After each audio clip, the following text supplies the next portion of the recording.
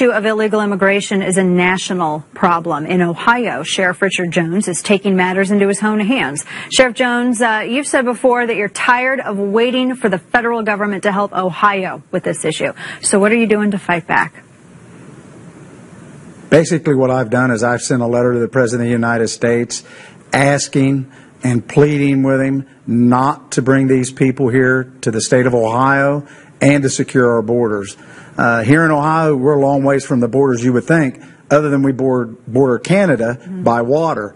But we've had horrendous crimes here in this community in the state of Ohio. We had a senior citizen, an elderly lady who was molested by a teenager that came over from Mexico.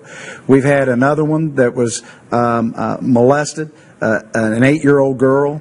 We've had drugs that are pouring in more so than before the borders, before the government said the borders were sealed, and we're being run over by the drug dealers coming to this community. The violence has increased, and we're a long ways from the borders. Our welfare is out of control. We do, just in our county here alone, we do $8 to $10 million a month in free stuff, and that's some of the reasons that they come here. Yeah, absolutely. I tell folks how exactly the policies of that are the current immigration policies right now, how have they tied your hands? Because, Sheriff, this is something that I hear from a lot of local law enforcement officials, Border Patrol. There's only so much that they can do. Give us a little insight. How are your hands tied? How are you being prevented from carrying out what you're there to do?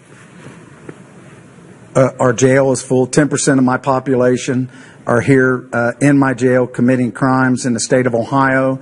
We do deportations from here. We do not have the authority to arrest individuals that are here illegally. We don't have that authority. The federal government will fight us. They fight us. The President of the United States fights us. They will not give us that authority. We sent letters to the governor of the state of Ohio also asking not to allow these people to be bussed into our communities, our schools. We can't pass school levies here now, and when they bring these kids in, they have to put interpreters in the schools. The schools are broke. It's a terrible, terrible tragedy. People's lives are being threatened.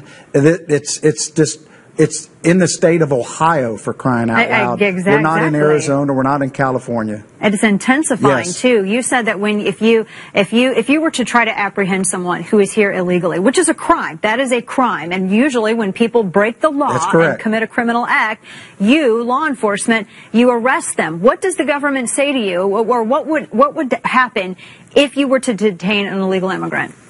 Well, I can tell you what would happen. I would be charged, I would be sued, which I have been before, and I would lose in the federal court, which I have been sued. They bring me to court, they fine me, these things last for 2 and 3 years. For upholding the law. Then all the groups, yes, for enforcing the law. And it's this way all over the country. I know sheriffs that are on the border, in the border states, that are begging for help. They're bankrupt. 1,800 a day are coming across the borders. Now, what scares us is what's coming across the borders. I've been to the border. I'm on the national sheriff's borders with the sheriffs. I've seen the borders. I've seen what comes over across the border. We know that there's people already here that are going to do harm to this country. They're not going to fly in and do harm. They're going to walk in with backpacks. They're going to put some dirty bombs together. They're going to do something real terrible. It's too easy. And they're coming into the country. We don't know who they are. They don't have vaccinations. Our jails are full. They hit and run. It's totally out of control. And it's gotten worse just in the past 12 months. And in your area, as in many other areas, especially border towns as well, your town is left to deal with the financial implications of this influx as well. I mean, you were telling me the jail cells are overcrowded. I'm sure that it's difficult for you to keep boots on the ground just to keep up with the influx that's being shipped to your towns. And then the schools alone, classrooms. I mean, you were talking about you couldn't get a levy there right now, even if you wanted to. Tell us about the financial hardship. The state of Ohio, we've been devastated for the recession. Police have been laid off. Firemen have been laid off. Schools have laid off. And then when they bring these kids in, it's a terrible tragedy that these kids are coming across the border, and we understand that. But we have kids here that are homeless, their parents are homeless, and they're born here in this country. And the welfare, the free stuff, and the jobs. You can't buy a job in the state of Ohio. And these people are coming over and they're taking jobs away. And the people that are making it are the people that hire these people to come in. It's cheap labor to them. They don't care what's going to happen. And when their kids are born here and they're automatically U.S. citizens, and then they bring their other family members over. We believe there's people that have came here just in the past few months, that with the minors and with the children, that have came to the state of Ohio, and they're hiding out with their family members. And we believe they're getting free welfare in the state of Ohio, which has a great system. And they come where the money is, the free stuff. And like I said, we've had layoffs. Right.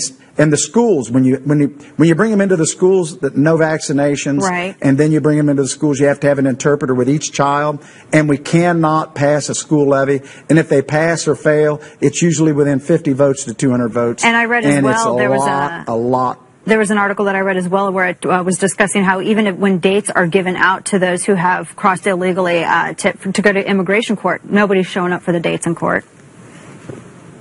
No, it's catch and release all over again, just with a different name. I sent a letter to the president of Mexico, going to charge him for the prisoners that are in my jail. The federal government sends me a letter and said I violated a treaty of like 1790. Yes, I sent them a bill for the prisoners that are in my jail that came here illegally. I've not got any money from them, but I billed them so much. And I'll tell you what I got in return. My life was threatened. The FBI called me and told me there was 3 sheriffs in the country that were going to be killed by the drug cartel, and I was one of the 3. Wow. For doing your job, for enforcing the law. Sheriff Jones, God bless you. Thank you very much. Please keep it up. Thanks for joining us today. Folks, we'll be right back. Don't go anywhere.